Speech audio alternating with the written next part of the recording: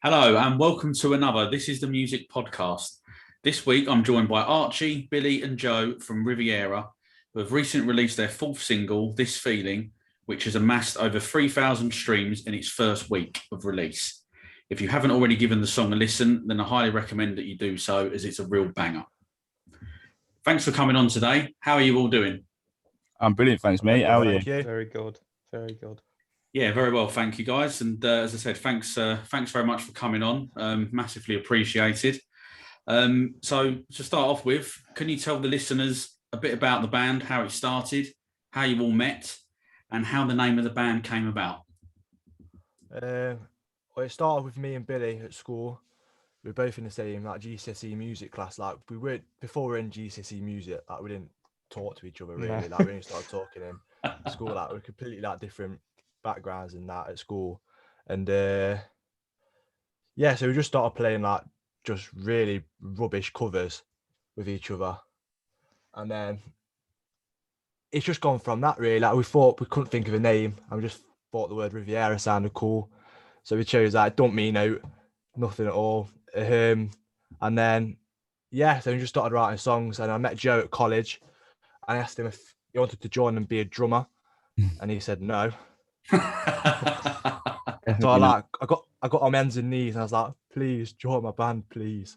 I came with terms and conditions, didn't I? I came with terms and conditions that I'll join, but I'm bringing my scruffy mate, and I'm going to make him a drummer, and that's the only conditions if I'm joining. So I ended up bagging Danny a job as a drummer, and then I ended up playing bass, didn't I? But then we things lined up, didn't we? So then I managed to sneak another one of my mates in. So I'm taking over Riviera. I have slowly. Yeah. World domination. Exactly. That's what we like. Before you know it, Joe will be playing everything. It'll be a one-man band. Yeah, it'll be a one-man band with just me. Drunk it on your back, brilliant. Exactly. I thought I was cheeky enough getting Danny in. I managed to get Amari in on bass, and now I've promoted up to guitar. I'm coming for Archie. That's what I'm doing. Give it a couple more. Just going to stay in the background. I'll just always be there. Yeah, he's good. I'll be the shadow of Riviera. So how would you describe the band's sound? Obviously, you just mentioned there you played covers. Has it always been sort of covers of similar music to what the band sounds like, or have you has that changed as you've gone along and added members to the band? Well, it's pretty. Go on, Bill. Sorry. When me and Archie started, it was like we're both in a bit of a obsessive Oasis phase. So we were like, I think the first song we ever played live was Cigarettes and Alcohol, and it's like you listen to it now, it's just terrible. But like since we've fully formed the band, we've done like loads of different covers. Like we've covered Charlie XCX and what's the other one? I Think We're Alone Now as well. That's Low Tie. That was good. Yeah, we tried to make we only do one cover a set really, and we just try to. We don't want to do what every other band covers. We don't want to do Arctic Monkeys. We want to move away from that, put our own spin on it, sort of thing. And I'd say, as time went on, like you said, as people joined the band, there was something about every new member that joined the band changed our actual sound more. So as soon as I joined, I've never been an Oasis fan. I feel like it slowly got further away from what it originally was. Do you know what I mean? So the Riviera was this to start off with. It was like a school fantasy thing that was like, we want to be in a band. And then slowly it started to get a bit good. We started to bring members on. I got involved, and then the music started to change slowly. Danny got involved. The music definitely started changing. And now Amari's involved. I feel like now it's finally at this point where it's like so far from covers that it's now our own sound, if that makes sense. Like, we're so far detached from what it first was that now it's like finally coming into itself. Like if you hear these new singles come in, I feel like they're on such a different level of our sounds matured to the point where now it is just Riviera. Like if you listen to a song, say a couple of years back, you would have been like, it doesn't sound. It sounds like Oasis or something. Finally, I feel like I'm proud to say like this is our first Riviera sounding few tracks. Do you know what I mean? Yeah, no, definitely. Yeah, I definitely get it. Yeah, definitely. I think that's quite good actually, that you've got like what you want in terms of your sound, and you've obviously managed to actually get that physically down, recorded and stuff. Yeah, 100%. Yeah, it's a massive deal as well. It's like we were saying this before on another podcast the other week. It was like it's exciting to finally have done a project where it's like we're so excited to get it out because it's new, like it's exciting and it's new, and the whole process was brilliant. Like the whole process of these last 4 singles that we're releasing this year is like the most exciting thing that any of us have ever done. So it's like once these start coming out now, it should change the whole thing now, especially with this feeling out.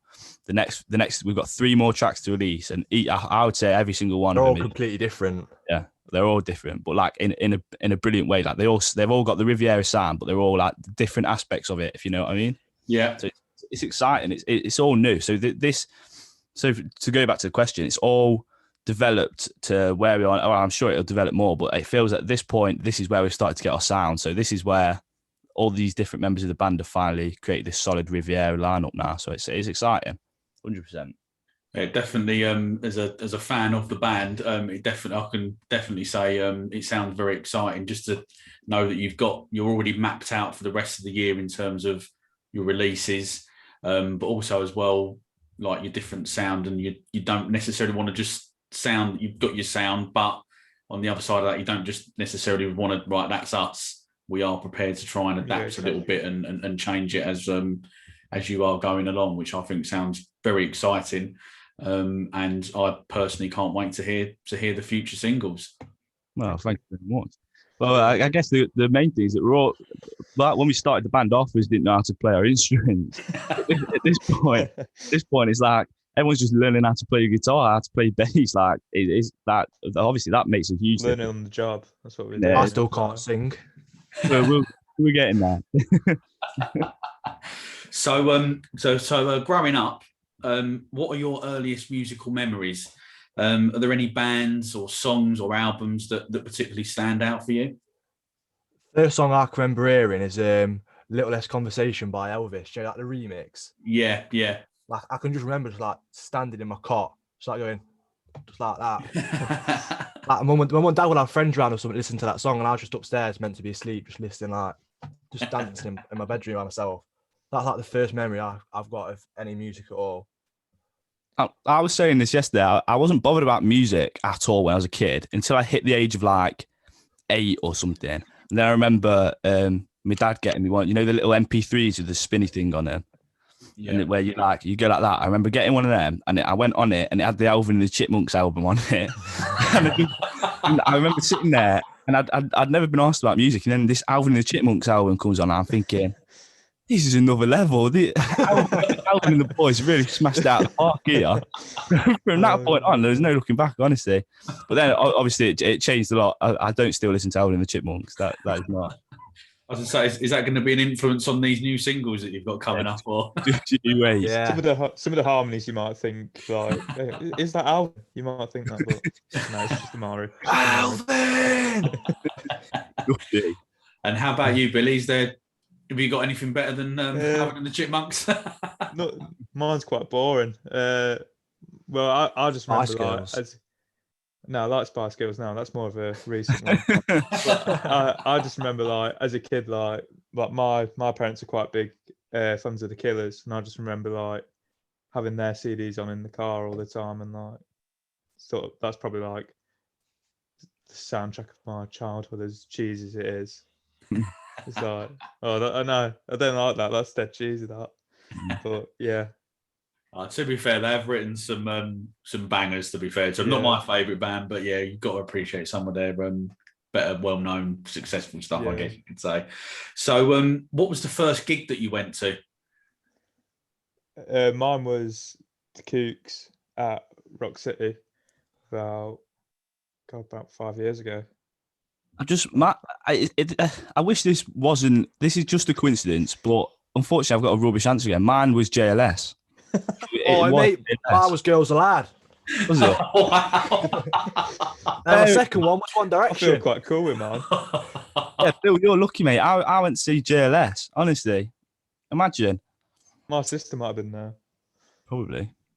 Wow, that's a very interesting mix of bands there. I definitely wasn't expecting any of them bands, to be honest, to be the answer. But hey, honestly, I was stood there trying to remember. I was like, "What was the first band I seen live?" And I went, "Oh no, Jayla. It'll have to do for now. So as we mentioned at the top of the show, you've just released new single "This Feeling," which I think is a great song. What was the influence behind it, and what is the song about? It's not about out really. It's just words put together, and it sounds nice together. Do you know what I mean? But I can mean anything to anyone. Yeah, it's open to interpretation. Really, Yeah. It's like, I think the lyrics are quite open. The inspiration from it though, like I can't remember where we even started this feeling. Really, was it? It was your idea, wasn't it, Archie? And then I think Bill sent me like a chord sequence or something, and then it went from that, and it turns out the original verse was a complete rip-off, so we had to change that. And now it's on it. I forgot about it. It was a complete rip-off, but now it's. Before it was a lot more like it was a bit slower before. And then we changed the verses, and it's a bit more punky now. Oh yeah, and then I did that sliding guitar thing, and then it turned into a punk track. Before we could even like, I feel like it started off like a lot slower, like it was a lot more mellow, like poppier. And then Danny comes on it and starts whacking the drums as hard as he can, and I started sliding into it on guitar like a Sex Pistols thing. Everyone's like, "No, let's not do that." And then we were like, "Do you know, actually, sounds about that." So we did it, didn't we? And it was all right. Well, definitely agree. You've kind of covered the next question in your previous answers, but I'm going to throw it out there anyway. So, what was the recording process for This Feeling? Where was it recorded? How many takes? And have you got any funny stories from the recording session? We've got too many funny stories, haven't we? This record, like we said, this recording was brilliant. It was so fun. And we say it every time, but the producer we worked with this time, Hamish, he's in Mansfield. The studio's called Phoenix Sound, and it was brilliant. Honestly, it was so good. And but we just did it for a day, didn't we? We just spent a day on each track, was it? Yeah, we went for 4 days straight, did a track each day, and then. We banged it out as quick as we could, didn't we? Got all the takes down. It took a few takes on. It depends who's playing. Yeah, the drums often take a few takes because obviously, like, it's good, like the timing. Yeah, vocals took 2 takes because amazing. put his head in a bowl of what were you? What did you have your head in? And like a plastic bowl. And a plastic bowl, I put like all Vicks in there with boiling hot water, and I was like that going. You sat in there for about 20 minutes. I thought you were going to I thought my eyes was going to fall out. Yeah. It was good though. It was a good and the problem with funny stories is I can never remember them once you've left. Well, I'm pretty sure one day Greg's one. What the Greg's one? Oh no, the Greg's is more of an annoying story. Oh yeah, I ordered like on. Was it Just Eat or something like that? Delivery. I ordered Greg's off. Yeah, I ordered Greg's. So I got 2 sausage rolls and 2 yum yums, and what everyone else got. Everyone else's stuff came, but mine. Yeah. So I rang them up and I was like, "My stuff's not come. What can I do?" It's like, "Yeah, we'll be there. We didn't come. It's a nightmare. I asked for a refund. I still haven't got the refund to this day. Right. So I ordered my stuff again. Thinking I was going to get a refund, so I was like, "Oh, it's fine, I'll get a refund." I just ordered my stuff separately. Come again, it never came. Yeah, they were out to get you. I was eating good. I had a full trifle that day. I ate a full trifle for myself, and whilst he was waiting for his Greg's. I think the problem is most of the funny stories it just involve. So our drummer Danny, most of the funny stories just involve some sort of nudity from Danny or. Either Danny stripping off or Danny fighting some like wrestling one of us or Amari having a tantrum or something like that. It's always something like that. But yeah. So I'm basing on your last couple of comments there, Joe, that Danny's probably got the shortest attention span out of the band when you're in the studio. Is that fair to say? Yeah, I would say we probably lose him quite often. He's good. Like we'll turn around, where's Danny gone? And he's just disappeared. I mean, the amount of times he's just like you turn around and he's just in your face, like just doing something ridiculous. It's like Honestly, It makes it very hard to record when it's just. oh yeah, I forgot about. He spent about 3 of the 4 days of the studio trying to stop, distract Bill from recording. It's very, but he wants to record every instrument in there except drums, which is quite annoying since he's the drummer and we're all just we're trying to do our bits, and he's just like, oh, let me have a go. He loves it though, doesn't he? He just wants because he's dead. He's dead naturally talented at music, so he can pick up instruments dead quick. So he's got all these instruments he can play. But his problem is now he wants to play them all, doesn't he? Yeah. A one-man traveling band. Yeah, he's coming for. I'm coming for Archie, and he's coming for me. It's constant. It was funny, wasn't it? Because we'd be sat there and be trying to get harmonies tracked. And say I'd be trying to get this harmony and I couldn't hit high harmonies for anything. And Maury would be singing it. And then there'd be one that was just a little bit too high for everyone. And Danny would just be sat there squealing, trying to hit it. I'll go in, I can do it. I can do it. Oh, he loves it. But to be fair, I'm pretty sure he does sing on a couple of the new tracks and he ain't bad either. Yeah, he does sing on it. He sings on all of them, doesn't he? He probably does. You know what? I wouldn't be surprised if when we all went to the go get something or go to the toilet, he was stood there with Hamish going, "Come on, get me record this." Exactly. I wouldn't be past it. He loves it. So that the listeners can get to know you all a little bit better, can you describe another member in one word? I think we could all. It depends who we want to describe. I think everyone would describe Danny. There's one. What if everyone thinks of one word? What is it? Not bad at all. Smelly. I'll go smelly. I'd say. Smelly. What? Who else can we describe? We might as well do Danny and Amari because they're not here. They can't say anything about it. They can't defend themselves. Yeah. Amari. This is a noise to describe Amari. Yeah, that is Amari. He's like, he uses his teeth at everything, doesn't he? He's angry. Amari's angry, but then think about Amari, when he's not angry, he's the loveliest boy in the world. But then, if he's angry about something, he will never let it go. I'm pretty sure he's still angry at me for in year 7 telling him that his shoes look silly or something. He never gives up the point. Obviously, as you all know, 2020 was pretty much a complete wipeout for the live music industry. Were you able to get any gigs in before the pandemic hit? And have you got any plans once we are able, which obviously is going to be very soon, to start gigging again and getting back out there? I think we did 3 gigs last year. So I think we did 1 in January, then we did 2 in March. But it was the last one we did, it was sort of a week before we first went into lockdown. So we sort of this is a really weird feeling. Yeah. There was already all the signs up everywhere, make sure you're washing your hands. I mean, obviously should be washing your hands anyway, guys. That's grim. That is very true. But it was so weird, and it wasn't a very good gig on our behalf either. Was that Blue Note? Yeah, we went out on a bit of we got paid a bad note. Alcohol. Yeah. What was the bad note? Did we have an argument or something? No, we got paid. Yeah. we just got a bit too drunk. Oh, I remember that. We didn't get paid in money.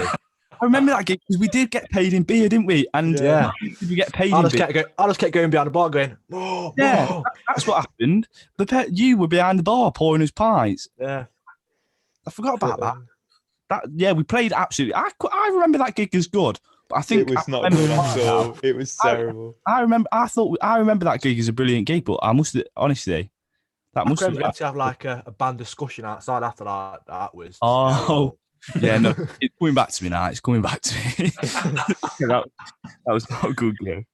White Horse was good though. The White Horse was the other one that we played, and I remember that being a brilliant gig. Yeah, that was good. That was dead good. But at the minute, we've got. We played in lockdown as well, didn't we? We played a gig in lockdown. No, not in. It was the little break in between the 2 lockdowns when it was it was August or something. It was everyone was happy for a bit. And we managed to play in a pub somewhere, didn't we? Where was that? had no clue That what was it was. it was with Snake Oil, wasn't it? Yeah, Snake Oil, yeah. Yeah, I mean, they put together a good event there. They had a load of people playing. It was quite fun.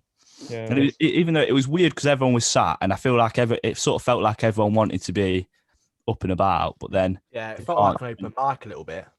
Yeah, but it was. I think for saying that everyone had missed live music so much, it done a service and a half to put that on and get everyone Yeah, live music as a break. Like it was nice to go out, have a beer, and play, wasn't it? Really. Yeah. Mm. Okay. So this, unfortunately, is the last question. It's gone very, very quickly. I must say, I'm surprised how quick we've gone, actually, but it's been great fun.